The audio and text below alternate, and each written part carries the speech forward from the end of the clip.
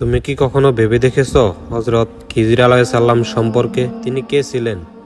আল্লাহর নবী, রাসূল, নাকি আল্লাহর জ্ঞানপ্রাপ্ত কোনো বান্দা? এই কাহিনী কোরআনের সবচেয়ে রহস্যময় ও গভীর শিক্ষার একটি অধ্যায়, যা আমাদের শেখায় আল্লাহর তাকদীর কিভাবে কাজ করে, যা মানুষের বোধের বাহিরে।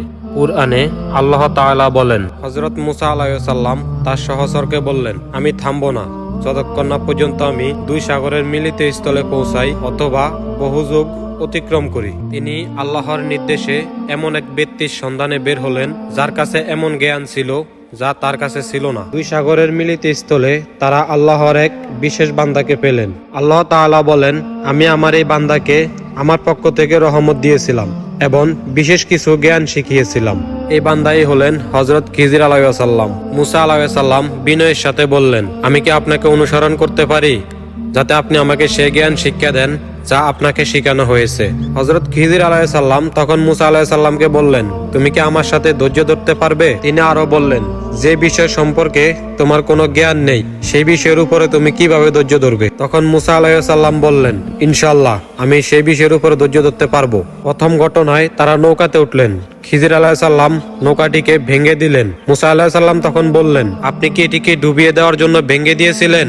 আপনি তো ভয়ঙ্কর কাজ করেছেন। খিজির আলাইহিস সালাম তখন মুসা আলাইহিস সালামকে স্মরণ করিয়ে দিলেন, আমি কি বলিনি তুমি আমার সাথে ধৈর্য ধরতে পারবে না? দ্বিতীয় ঘটনা, শিশু হত্যা। তারা আবার চলতে লাগলো। হযরত খিজির আলাইহিস সালাম একটি শিশুকে হত্যা করলেন। এরপর হযরত মুসা আলাইহিস সালাম বললেন, আপনি একটি নিষ্পাপ শিশুকে হত্যা করলেন, আপনি তো সাংঘাতিক কাজ করেছেন। তৃতীয় ঘটনা, একটি দেওয়াল নির্মাণ। তারা একটি গ্রামে গেলেন। সেখানে গিয়ে একটি দেওয়াল নির্মাণ করার সিদ্ধান্ত নিলেন। তারা গ্রামের লোকজনের কাছে খাবার চাইলেন, কিন্তু তাদেরকে কেউ খাবার দিলেন না। তারপরেও হযরত খিজির আলাইহিস সালাম সেখানে একটি পুরাতন দেওয়াল নির্মাণ করে দিলেন।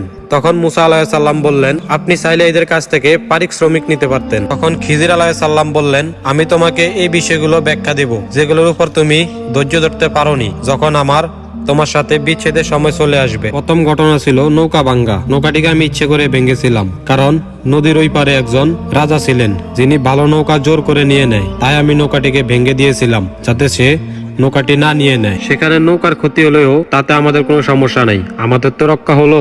দ্বিতীয় ঘটনা ছিল একটি শিশুকে হত্যা।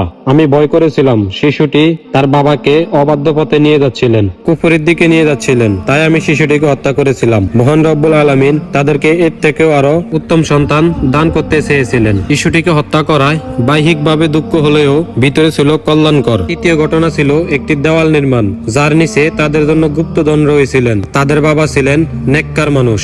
আমার রব চাইলেন তারা বড় হয়ে তাদের সম্পদ বের করুক। এটা ছিল আমার রবের রহমত। এখান থেকেই আমরা শিক্ষা নিব, যা আমরা ভালো মনে করি তা আমাদের জন্য ভালো নাও হতে পারে, আর যা আমরা খারাপ মনে করি তা আমাদের জন্য খারাপ নাও হতে পারে। মহান রব্বুল আলামিন বলেন, হতে পারে তোমরা কোনো জিনিস অপছন্দ করো, কিন্তু তা তোমাদের জন্য কল্যাণকর।